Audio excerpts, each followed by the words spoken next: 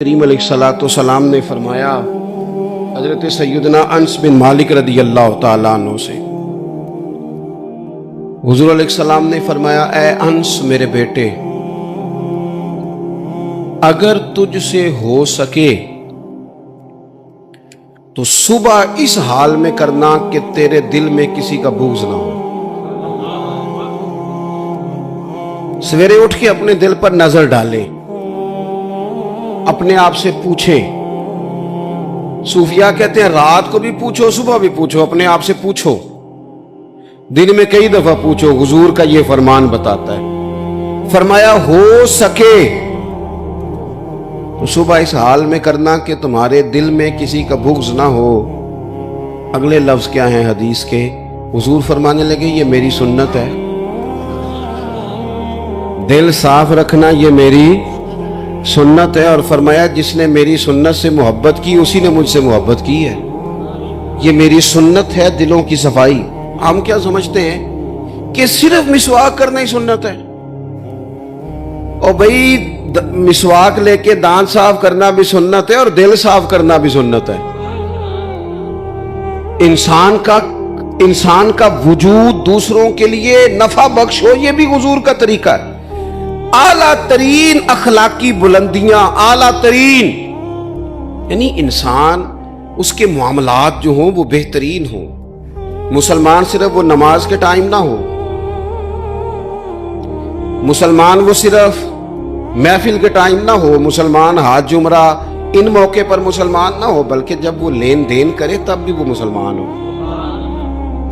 جب وہ کسی کے ساتھ سودا طے کرے، تجارت کرے، تو پھر بھی وہ یہ نہ کہ ایک اسٹامپ پہ لکھا ہوا ہے، یہ لکھا ہوا ہے کہ جناب اگر اس نے پیسے نہ دیے تو یہ ڈبل واپس کرے گا، اگر یہ بیانہ واپس کرے گا تو پھر ساتھ جگہ نہیں دے گا تو پھر ڈبل دے گا۔ لکھا ہوتا ہے نا اسٹامپوں پہ، بھئی لکھنا اور ہے اور شریعت کی اجازت اور ہے۔ اپنی مرضی سے اپنے مزاج کے مطابق لکھ دیا یہ ناقابل واپسی ہے۔ آپ نے کیوں قانون بنایا؟ قانون تو رب رسول نے بنا دیے تھے، نئے بنانے کی کیا ضرورت تھی؟ تو اپنی زندگی میں اخلاقی بلندی، کردار کا حسن، محبت، وارفتگی، ہم سب کا کچھ نہ کچھ پروٹوکول ہو گیا ہے، ہر بندے کا کچھ نہ کچھ پروٹوکول ہے۔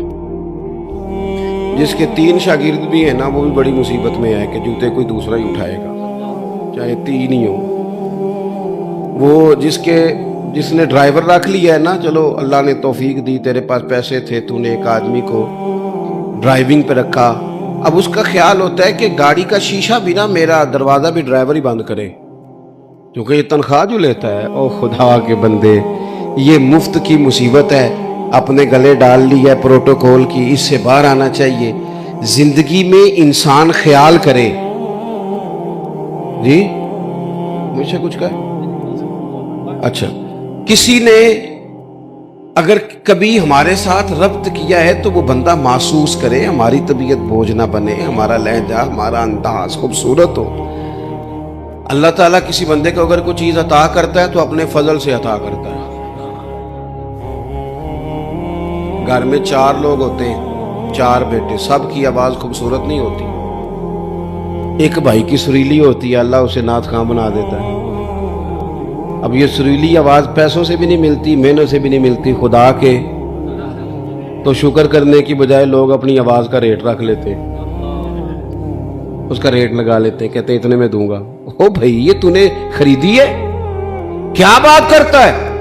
یہ تقریر، واعظ و نصیحت یہ خدا کا فضل ہوتا ہے۔ اللہ تعالیٰ کسی کو سپیکنگ پاور دے دیتا ہے، بات کرنے کا سلیقہ دیتا ہے، اس نے بھیجنا شروع کر دیا، وہ کہتا ہے میں اتنے پیسے لوں گا۔ اپنی اصل کو جو لوگ یاد رکھتے ہیں ان کے دل اپنے رب کی بارگاہ میں جھکے رہتے ہیں، وہ ہر وقت ڈرے رہتے ہیں، سہمے رہتے ہیں، سہمے۔ بھئی کوئی 2-4 بندے بھی جو تقریر بھی تو سنو نا، سارے ہی موبائل چلان لگ پائے۔ میری طرف توجہ کرو، بناؤ مووی، میں منع نہیں کر رہا، پر میری بھی تو سنو نا۔ آپ ادھر دیکھتے ہیں تو میں پریشان ہو جانا، یہ کیوں ادھر تک دیں؟ آپ میری بات پر ہوتے میں انہیں ٹوٹ جانا دے بشاک ایک دوجہ دی مووی پہ بنایا جی۔ میں گیا تھوڑی دیر میں تو پہلے ہی بڑا بزدل ہوں، تقریر تھوڑی کرتا ہوں، اور آپ اور مجھے کمزور کر رہے ہیں۔ اور غور کریں عزیز بھائی، جب انسان سمجھتا ہے نا نعمت اللہ کی طرف سے ہے، پھر وہ جھک جاتا ہے، وہ ڈرتا ہے، پھر وہ کہتا ہے اوہو یار وہ فلانا بندہ مجھ سے زیادہ سیانا ہے، اس کے پاس اتنے پیسے نہیں ہیں، مجھے اگر اللہ نے دیے ہیں تو اس کا فضل ہے، مجھے نا کہانیاں نہیں سنانی چاہیے۔ میرے رسول پاک نا اعلیٰ اخلاق کی بات کرتے، اونچی بات کرتے۔ ایک شخص آ گیا حضور سے ملنے، بخاری میں حدیث کی اصل موجود ہے۔ عرب کے لوگ چونکہ اپنے غلاموں پر روب بڑا ڈال کے رکھتے تھے، پریشرائز کر کے رکھتے تھے، یہ طریقہ ہوتا تھا کہ وہ آواز نہ نکالیں۔ مثلا غلام نے اگر جانور چھاؤں میں نہیں باندھا، دھوپ میں ہے تو مار پڑ جاتی تھی، کیوں نہیں باندھا؟ اور اگر اس نے کبھی باندھ دیا نا تو پھر بھی مارتے تھے، کہتے تھے تو اتنا سیانا ہو گیا، تو نے پوچھا ہی نہیں، مرضی کر دی تو نے۔ ایک مزاج ہوتا ہے پریشرائز کرنا، پریشان کرنا۔ اور آج بھی میں نے یہ انداز دیکھا ہے، پر غریبوں کے لیے، غریبوں کے لیے، امیروں کے لیے نہیں ہے۔ یعنی وہ چلو وزیر تو ایک طرف رہ گئے، پیروں کا بڑا برا حال ہے، الا ماشاء اللہ، وہ بھی مرید تگڑا ہو تو رنگ اور ہے، بندہ ماڑا ہو تو انداز اور ہے، یہ ٹھیک نہیں۔ اقبال کہتے ہیں خدا بندہ یہ تیرے سادہ دل بندے کدھر جائے، خدا بندہ یہ تیرے سادہ دل بندے کدھر جائے، درویشی بھی عیاری ہے، شہنشاہی بھی عیاری، سارے عیار مکار ہو گئے۔ میرے عزیز نبی کریم صلی اللہ تعالی علیہ وسلم کی خدمت میں وہ شخص آیا اور اس نے آ کر کے نا حضور سے سلام لیا، تو اس نے صحابہ کو بھی نبی پاک کا ادب کرتے دیکھا، پر وہ سمجھ نہیں نہ سکا کہ یہ ادب ہے، اس پر مجبور نہیں کیا نبی پاک نے، کسی پر کوئی ایسی پابندی نہیں، اس نے ادب کرتے دیکھا۔ تو چونکہ اس نے بادشاہ دیکھے تھے، وہ ڈرنے لگ گیا اور کانپنے لگ گیا۔ حضور نے فرمایا کیوں ڈرتے ہو؟ کیونکہ وہ دور سے آیا تھا، ملک شام سے۔ تو وہ عرض کرنے لگا یا رسول اللہ صلی اللہ تعالی علیہ وسلم، میں نا مدینے کی ریاست کے سربراہ کے پاس آیا ہوں، ڈر لگتا ہے کوئی ایسی بات نہ ہو جائے، آپ ناراض ہو جائیں، ماڑا بندہ بیچارہ مفت کے روب میں آ جاتا ہے کئی دفعہ، اور حضور کو تو اللہ نے روب دیا ہے، سرکار کا تو اصلی روب ہے، یہاں تو بعض غریب مفت کے روب میں بھی آ جاتا، ڈر رہا ہے۔ اب حضور اسے تھبکی بھی دے دیتے، بات سمجھا بھی دیتے تو بات ٹھیک تھی، لیکن وہ بات تو دور چلی گئی۔ پتہ ہے حضور نے کیا فرمایا؟ فرمایا سن بھائی، تو کسی ریاست کے سربراہ کے پاس نہیں آیا، تو اس بیٹے کے پاس آیا ہے جس کی ماں گوشت کے خشک ٹکڑے کھا کے بھی گزارا کر لیتے، تو غریب ماں کا بیٹا ہوں، غریب ماں کا۔ حضور نے بتلایا کہ کسی اخلاق یہ ہے کہ کسی شخص کو آپ کسی پریشر میں نہ ڈالیں، اسے پریشان نہ کریں، آپ کا وجود، آپ کی طبیعت کسی کے لیے بوجھ کا باعث نہ بنے۔ میں نے اپنی زندگی میں ایک ارادہ کیا ہوا ہے، اس کے لیے مجھے نیند بھی کم کرنی پڑتی ہے۔